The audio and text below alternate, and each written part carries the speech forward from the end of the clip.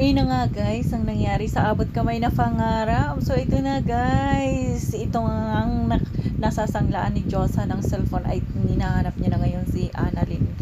Guys, si Doktora Annalyn. Habang ito naman si Doc Linton at nga itong si yung kapatid niya na si ay nagkaayos na. Sabi nga ni Ma'am Giselle dito ay madami ang nangyari mula nung naganap ang lindol at hindi na nga daw ito ay mababago. Pero guys, alam nyo ba, ang gusto ko ditong malaman ay alam nyo ba kung bakit itong si Moira, alam mo ba na porket maririnig niya nga itong si Annalyn na ang nabutas ng kanyang ulo ay maghihiganti ito si Moira.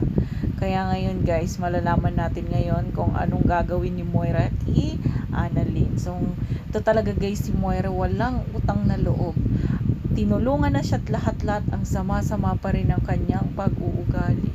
Buti pa itong anak niya si Doktora Zoe Tanyag, medyo medyo mabait pa at meron pang puso. Hindi katulad ng kanyang nanay. Buti na lang guys, hindi nagmana itong si Zoe sa kanyang nanay sa pag-uugali at namana pa rin niya ang kabutihan ng puso ng kanyang tatay na si Dr. Binetes. So guys, ito na nga, pag nagising na si Moira ay malalaman niya na siya ay na emergency at yun nga, na operahan siya. Hindi niya inisip na malaking tulong ang nagawa sa kanya ni Annalyn. At ito nga si RJ ngayon ay naguguluhan na dahil nga unti-unti nang bumabalik ang kanyang memorya. At ngayon nakikita niya na ang sama ng ugali ng asawa niyang si Moira. Kaya ang mangyayari dito sa kanila, sila ay magbabalikan ni Lynette or talaga nga alamin na ngayon ni Dr. Tanyag ang mga nangyari sa kanya bago pa siyang mabagok ang ulo.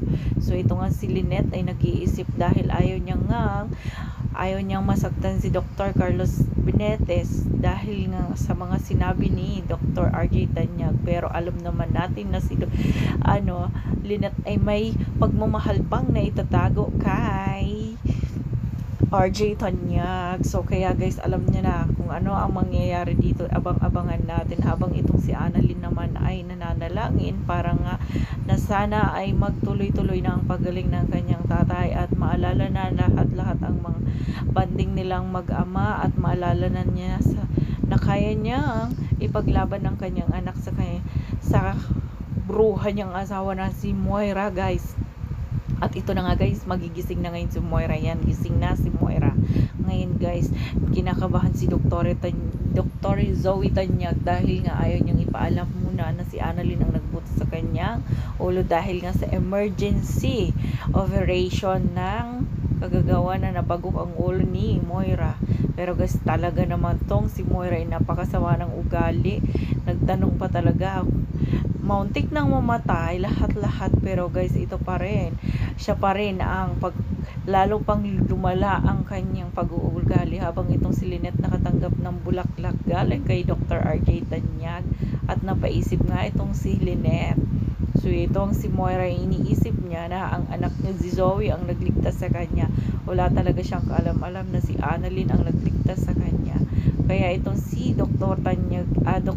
Zoe Tanyag, ayaw niya muna sabihin sa kanyang nanay dahil alam niya na kung ano ugali ng nanay niya. Habang ito namang si Aling Susan, walang ginawa kundi alaskahin si Lynette dahil nga kung magbabalikan na daw si RJ at si Lynette o kaya si Dr. Chinito o si Doc Moreno. So guys, yan ang abang-abangan natin.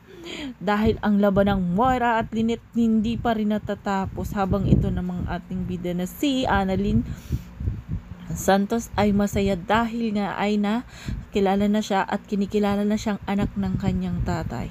Doon na nga guys, narinig ni Moira na pinag-uusapan siya ng mga nurse about sa pagbutas sa kanyang ulo at ito ng mga chismos naman ito mga doktor at nurse na ito wala nang ginawa kundi pagchismisan ang kanilang amo na si Moira.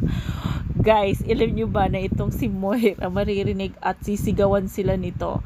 Ngayong maririnig niya, aabangan na natin kung anong gagawin ni Moira kasi nga guys, haharapin niya na si Annalyn. Yan guys ang pakakaabangan natin sa mga susunod na mangyayari at ito nga